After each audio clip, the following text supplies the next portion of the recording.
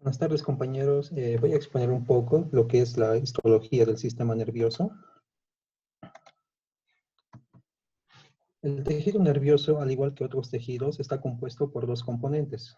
Uno que son las células, que son estos pequeños puntitos azules, y otro la matriz extracelular, que sería lo que rodea a cada célula.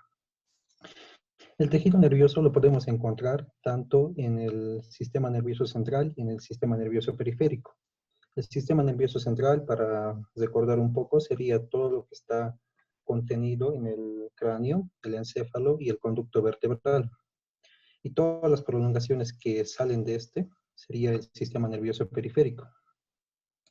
A pesar de su complejidad, el sistema nervioso solo contiene dos tipos de células, lo que son las neuronas y la neuroglia.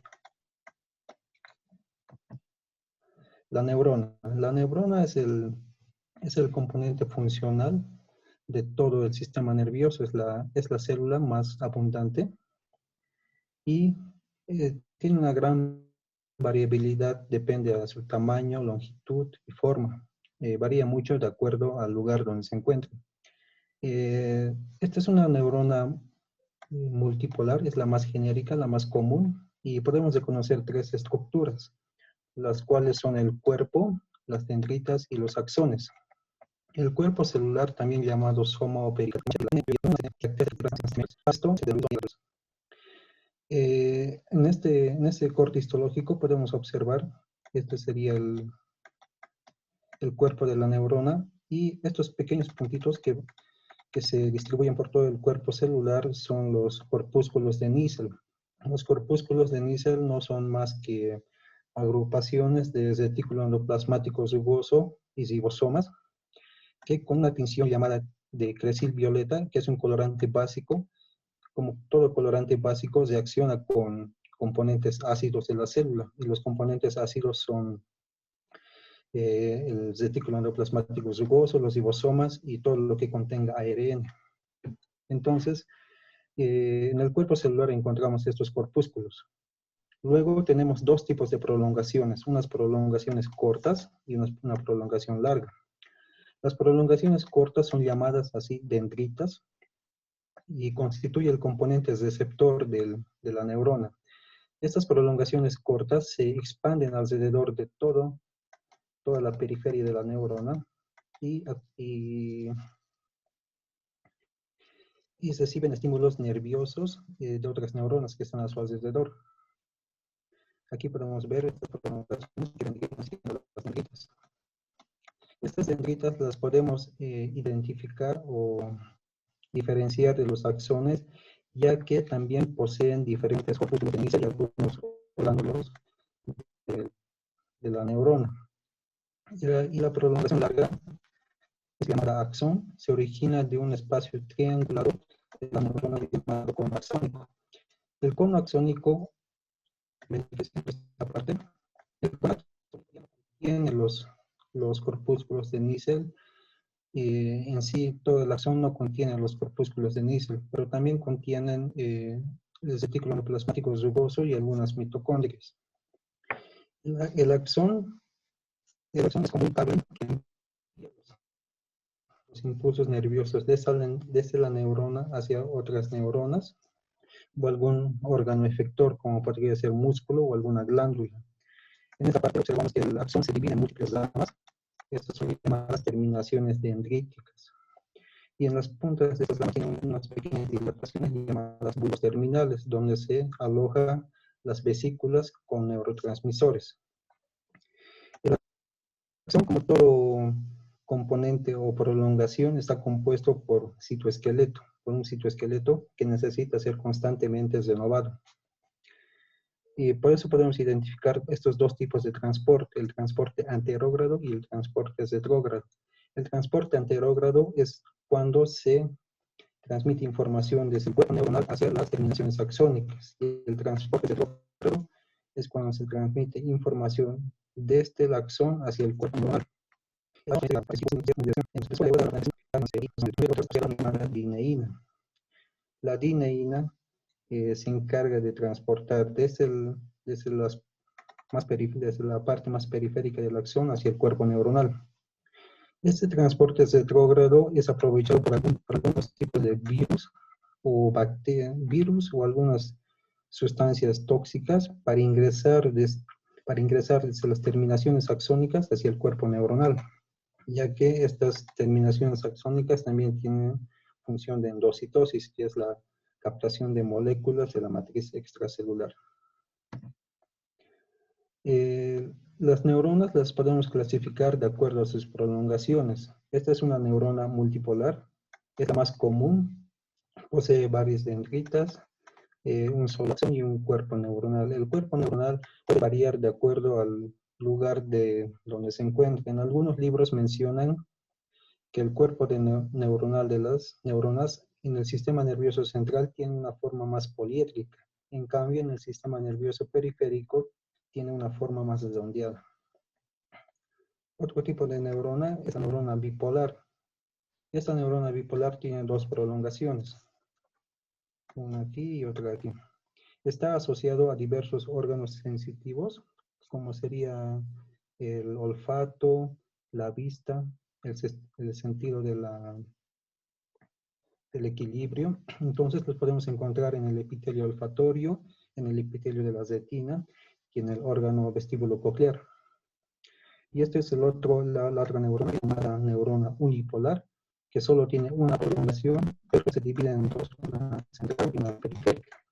Esta mayormente solo se encuentran en los ganglios dorsales de la médula espinal y en algunos ganglios asociados a los pares craneales.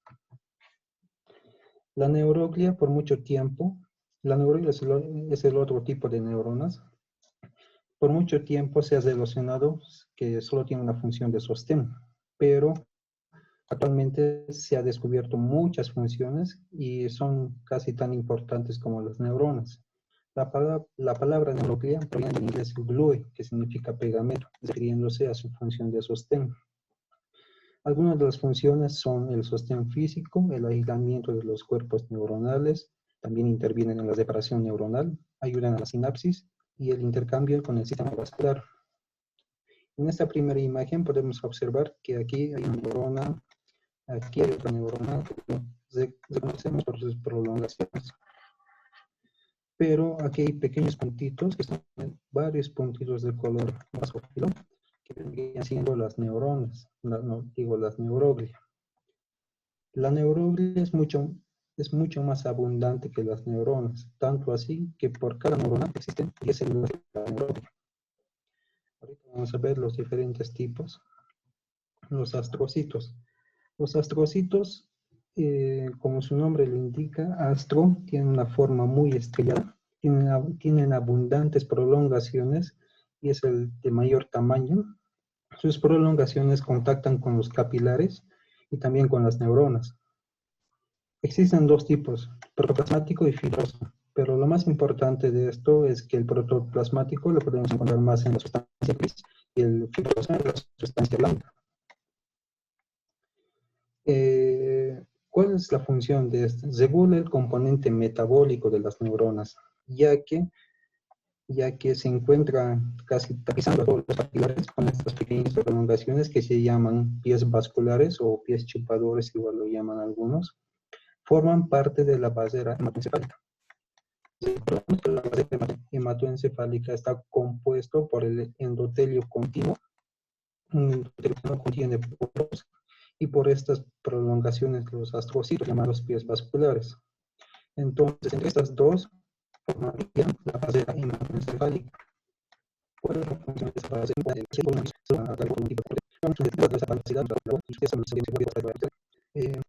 Los títulos son una pitera de la forma de forma aislante.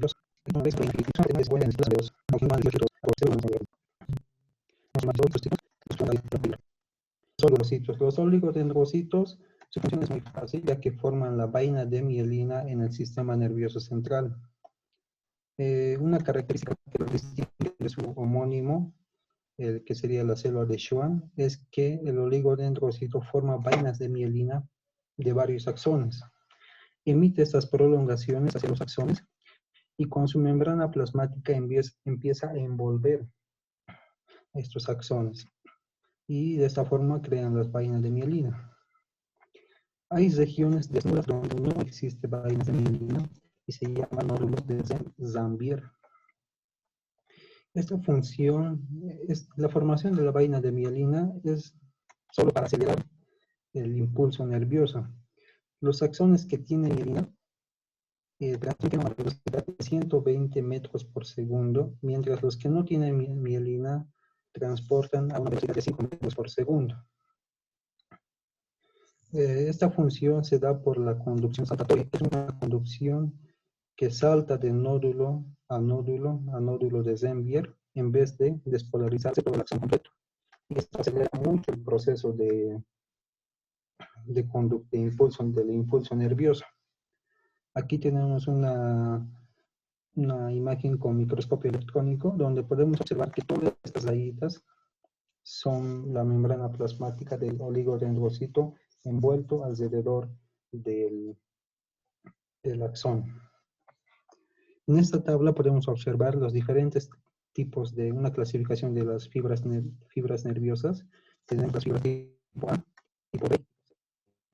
Las fibras tipo A y tipo B están mielinizadas y transportan a una velocidad mayor, mucho mayor, 120 metros por segundo, 70, 50 y 30. Están clasificadas de acuerdo a su función, a la importancia de su función. Ejemplo, aquí tenemos un dolor agudo, rápido, que tiene que transportarse a una velocidad rápida. Pero aquí tenemos un dolor lento, también llamado dolor lento crónico, que no es necesario que se transporte tan rápido. Entonces, esas fibras no son mielinas. La microglia.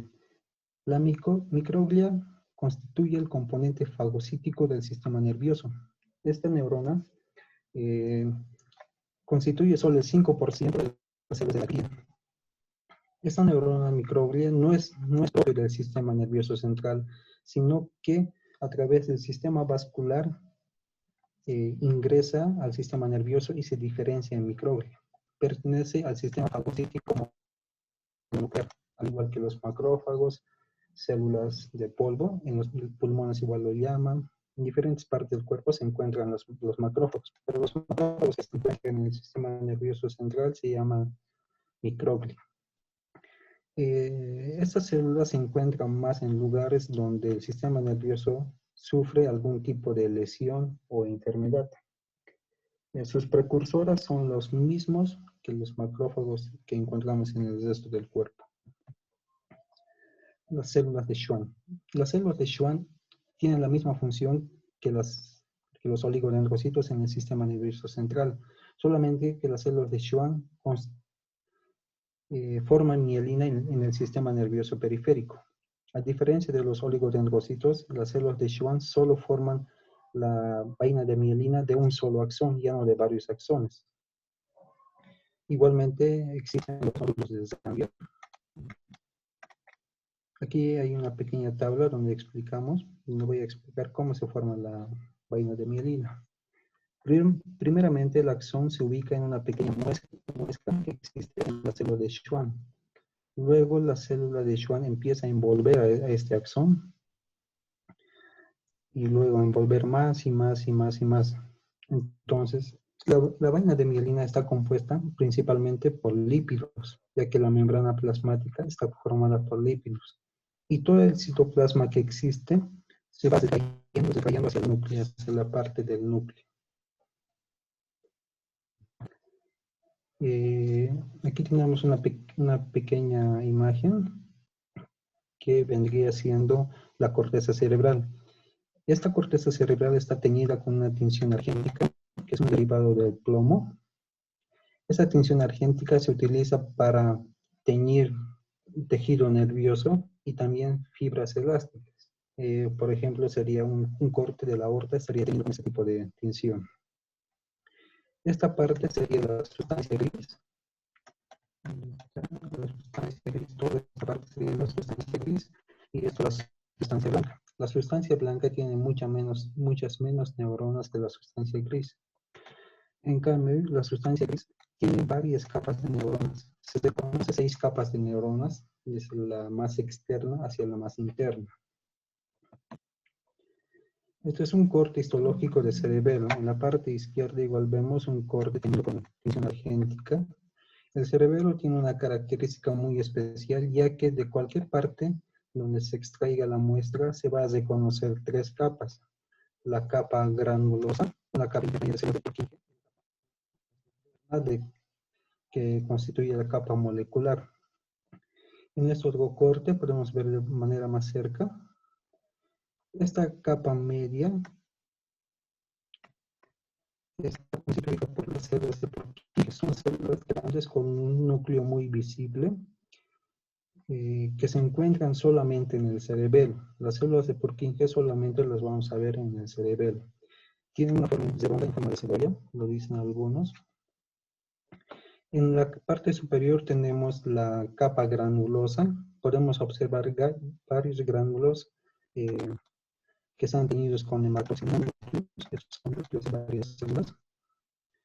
Entonces, esta capa granulosa se encarga de recibir las señales de diferentes partes del sistema nervioso central.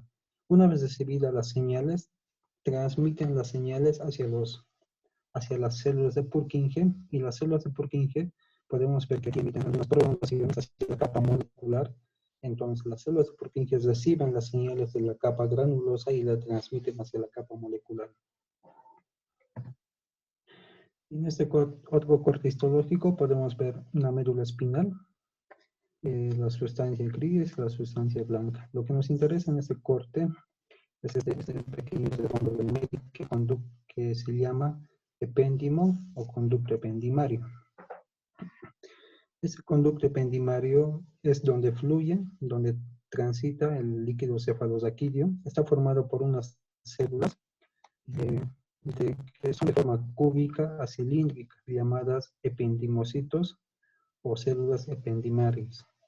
Estas células ependimarias tienen en la parte apical tanto microvellosidades como cilios. Entonces, sabemos que los cilios tienen una función de desplazar el líquido y las microvellosidades tienen función de absorción. También se pueden reabsorber el líquido cefalosaquídeo hacia estas células. Y aquí tenemos varias neuronas, sus prolongaciones son de la médula espinal, serían unas motoneuronas o neuronas multipolares. Eso es todo, gracias. Muy bien, Brian. Lo has explicado muy sencillito, así como para entender. Chicos, ¿tienen alguna pregunta?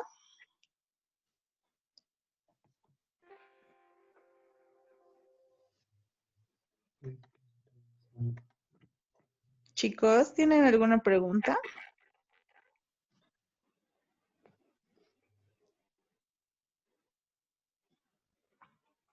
Bueno, Brian, lo hiciste muy bien. La verdad, muchas gracias por animarte a explicar un tema que en sí ya es un poco complicado, porque entender histología, te lleva un año, ¿no ve? Así que lo hiciste muy bien, Brian. Gracias. Gracias.